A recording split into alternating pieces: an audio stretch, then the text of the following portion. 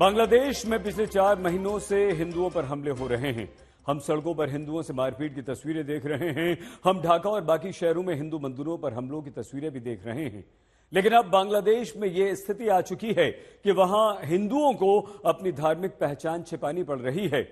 हिंदू घर से बाहर निकलने में डर रहे हैं। बांग्लादेश में नौबत यह आ चुकी है कि जो हिंदू हित की बात करेगा वो पिटेगा। बांग्लादेश में हिंदू होना पाप बन चुका है। बांग्लादेश में तालिबानी सोच का कहर, हिंदुओं में डर। बांग्लादेश उम्मीद से भी बढ़कर तालिबान के करीब निकला है। वहाँ न सिर्फ हिंदुओं पर हमले हो रहे हैं, मंदिरों को नुकसान पहुँचाया जा रहा है, बल्कि सताए हिंदुओं को धमकाया भी जा रहा है कि अपनी जुबान न खोलें, इंसाफ न मांगे। आज तक के पास बांग्लादेश में बढ़ती तालिबानी सोच के एक से बढ़कर एक सबूत है, जिससे साबित हो जाएगा कि बांग्लादेश में भी पाकिस्तान की तरह कट्टरपंथी हावी हो गए हैं। अदालत परिसर में हिंसा की हिंदुओं को धमकी दी जा रही है, जो अदालत न्याय के प्रतीक है।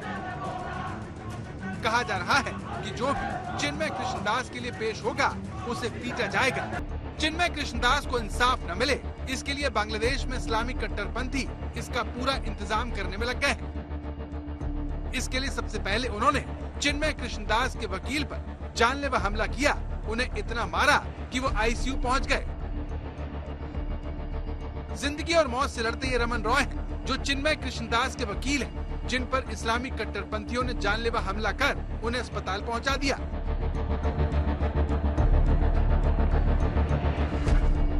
ये चिन्मय कृष्णदास के वकील के दफ्तर में तोड़फोड़ की तस्वीरें हैं।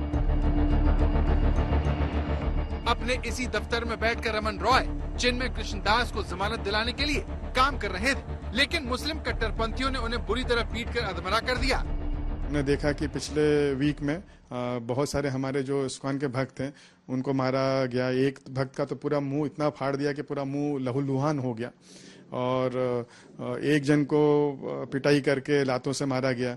फिर उससे उठक कान पकड़ के उठक बैठक कराई गई और कहा गया कि अगर तुम इस्कॉन जाओगे तो तुमको हम लोग मार देंगे।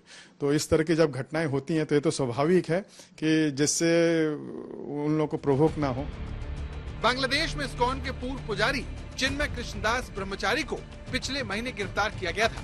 ढाका में हिंदू समुदाय के समर्थन में विरोध प्रदर्शन के बाद से वो सरकार और कट्टरपंथियों के निशाने पर थे। उन पर देशद्रोह का आरोप लगाया गया। पहले 26 नवंबर को ढाका की एक अदालत ने उनकी जमानत याचिका खारिज की, और इस बार वकील न मिलने की वजह से दावा हुआ कि उन्हें जमानत नहीं मिली और 2 जनवरी तक उन्हें जेल भेज दिया गया।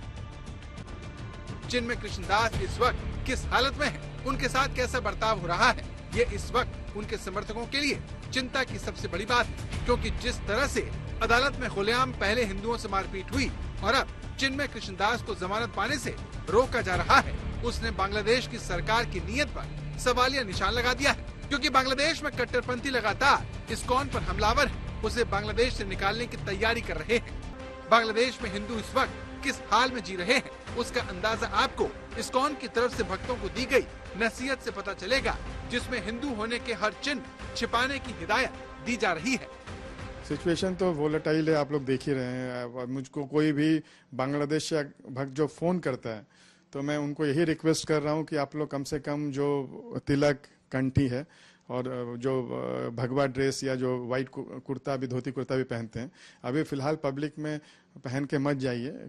भक्तों से यही कहा गया है कि अपनी जो कंठी है उसको आप लंबा करके पहन लीजिए ताकि दिखे ना, और जो तिलक है वो पानी से तिलक कर लीजिए ताकि पता ना चले।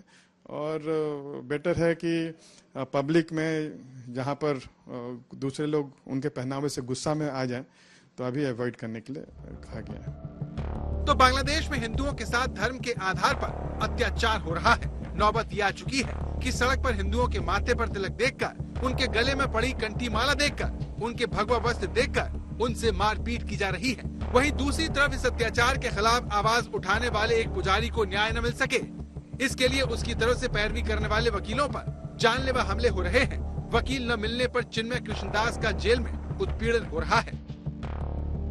शेख हसीना का तख्ता पलट करके हावी हुए मुस्लिम कट्टरपंथियों के हौसले हर दिन के साथ बांग्लादेश में बढ़ते ही जा रहे हैं। धर्म के आधार पर मारपीट और धमकाने से बात आगे जाकर अब न्याय से दूर रखने की हो रही है। यानी बांग्लादेश के हालात करीब करीब तालिबानी राज जैसे हो गए हैं, जहां दूसरे धर्म के लोगों की जिंदगी नर्क जैसी है। बांग्लादेश में इस समय चारों तरफ अराजकता है। वहां की सरकार हिंदुओं को सुरक्षा देने में पूरी तरह से नाकाम सिद्ध हुई है, लेकिन इसके बावजूद वो अपनी गलती मानने को बिल्कुल तैयार नहीं, उल्टा वो भारत पर आरोप लगाती है।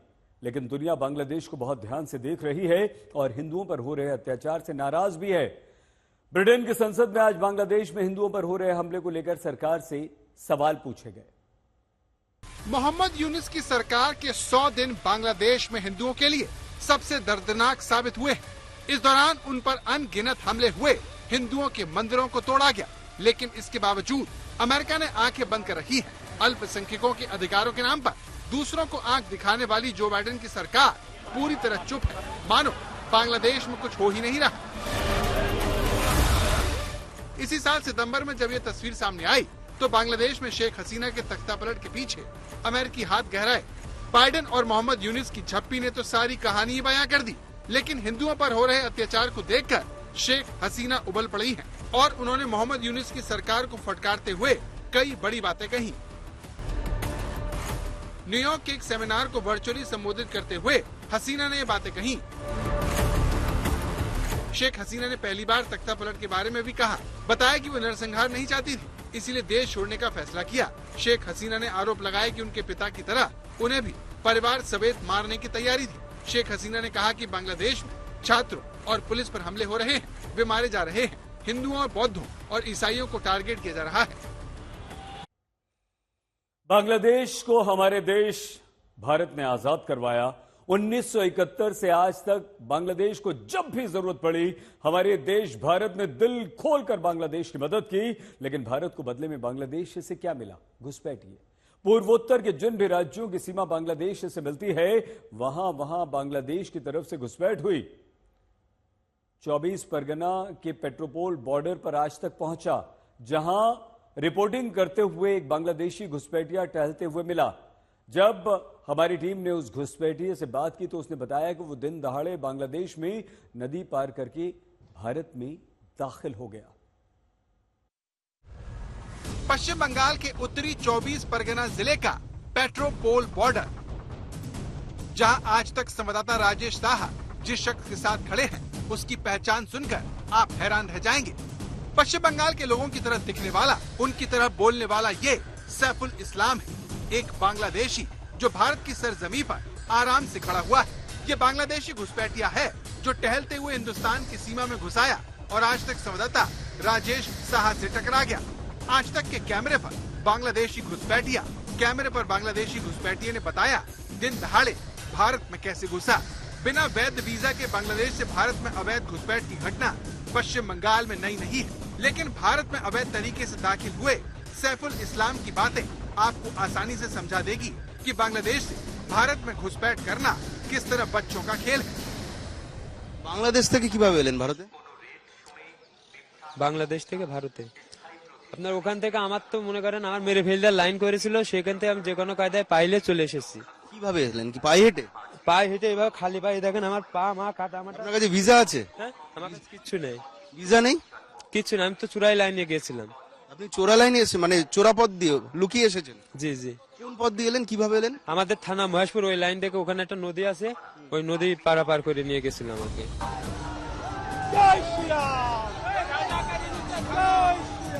जिस जगह पर ये घुसपैठिया खड़ा है, उस जगह पर ठीक 24 घंटे पहले बांग्लादेश के खिलाफ जोरदार प्रदर्शन हुआ।